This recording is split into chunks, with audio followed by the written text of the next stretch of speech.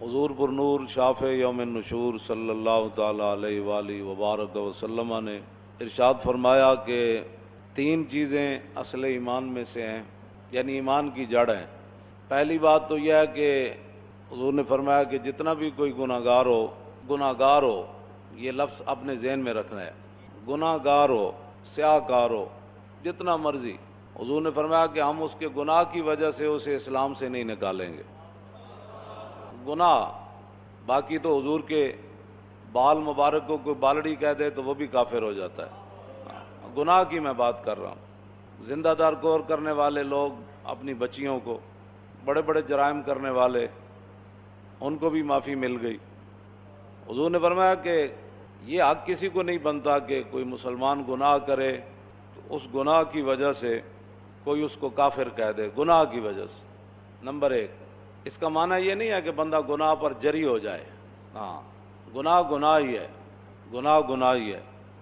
اس کا معنی یہ نہیں ہے کہ پھر کوئی سن کر یہ چلا جائے تو لو جی بندہ، تو ممکن ہے وہ گناہ اس کو کفر تک لے جائے، پھر اس واسطے گناہ ہی ہے، اس پر جری نہیں ہونا۔ دوسرا، حضور نے فرمایا کہ جب سے اللہ رب العالمین نے مجھے جہاد کا حکم دیا اس وقت سے جہاد جاری ہے۔ کسی عادل کا عدل اور کسی ظالم کا ظلم، 2 باتیں، کسی عادل کا عدل اور کسی ظالم کا ظلم اس جہاد کو ختم نہیں کر سکے گا۔ ہاں جی، اس جہاد کو، بس جہاد ہی ہے۔ حضور نے فرمایا یہ جاری رہے گا اور یہاں تک کہ میرا آخری امتی دجال سے جہاد کرے گا، یہ جاری اور ساری ہے۔ اس کو کسی عادل کا عدل، کسی ظالم کا ظلم ختم نہیں کر سکے گا، یہ جاری اور ساری رہے گا۔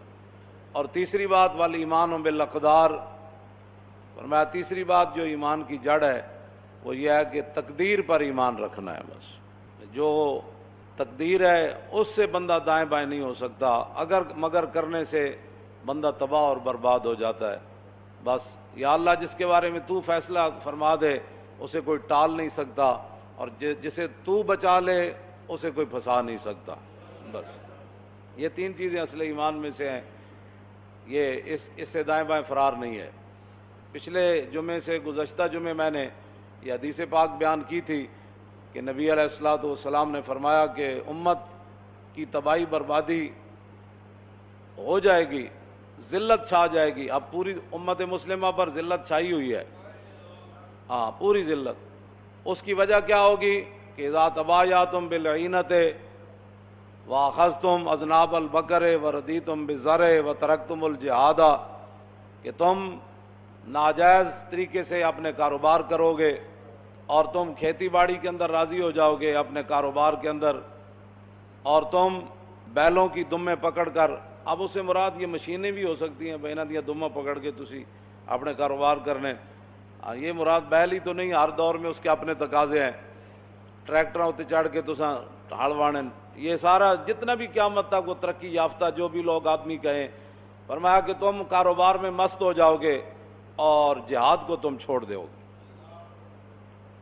اب آپ بتائیں بھائی، جہاد پوری امت مسلمہ کے اندر کون جہاد کر رہا ہے؟ کوئی بھی نہیں کر رہا، بلکہ جہاد کو انگریزوں نے پہلی گالی بنا دیا۔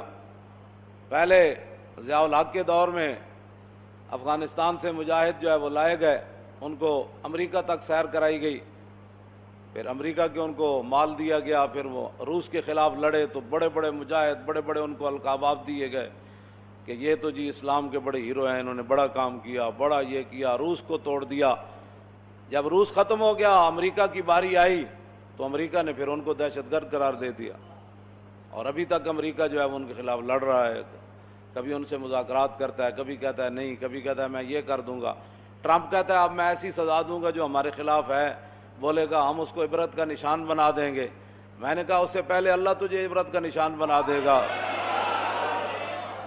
ہاں جی، تو نے کسی کو کیا عبرت کا نشان بنانا ہے؟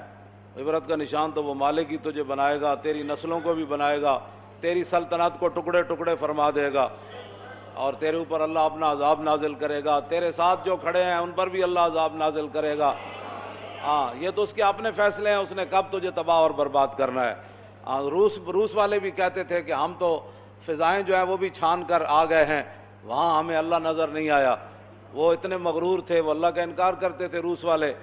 وہ ان کا ایک صدر کا بیان آیا تھا، اس نے کہا ہم نے تو فضائیں بھی چھان ماری، جب وہ پورے بدماش تھا اس وقت کی میں بات کر رہا ہوں، بعد میں تو پھر وہ ذلیل ہوا۔ تو لیکن وہی روسی تھے جو فضاؤں کو تو چھان آئے تھے کہ ان کو وہاں رب کی قدرت نہ ملی، لیکن وہ جب بھوکے ہوئے تو کوڑا کرکٹ کے ڈھیروں سے وہ روزی کھا رہے تھے، تلاش کر رہے۔ ہاں وہ رب ہے، اس نے کب کسی کو ذلیل فرمانا ہے یہ تو اس کی اپنی شان ہے، لیکن امتحان تو مسلمانوں کا ہے کہ انہوں نے، یہ حضور نے فرمایا وَتَرَكْتُمُ الْجِهَادَ، کاروبار کے اندر مست، ناجائز کاروبار۔ آپ جانتے ہیں ناجائز کاروبار کیا ہے، ساری دنیا کو پتہ ہے ناجائز کاروبار کون کرتا ہے، ساری دنیا کو پتہ ہے وہ پیسے لوگ کیسے کماتے ہیں، کس انداز سے کماتے ہیں، نمبر 2 مال کیسے بیچتے ہیں اور لوگوں کو دھوکہ کیسے دیتے ہیں، ایک مال کا وعدہ کر کے 2 نمبر مال، ملاوٹ، یہ ساری چیزیں مسلمانوں کو پتہ ہے، سارا کچھ کر رہے ہیں۔ حضور نے فرمایا یہ تم کام جاری رکھو گے لیکن جہاد بھی تم چھوڑ دو گے، پھر کیا ہوگا؟ سلط اللہ علیکم ذلًا، پھر اللہ تمہارے اوپر ذلت مسلط فرما دے گا۔ پاکستان سے لے کر سعودی عرب سے لے کر ملیشیا سے لے کر انڈونیشیا سے لے کر اور چیچنیا سے لے کر بوسنیا سے لے کر فلسطین سے لے کر کشمیر تک، کشمیر سے افغانستان تک، پورے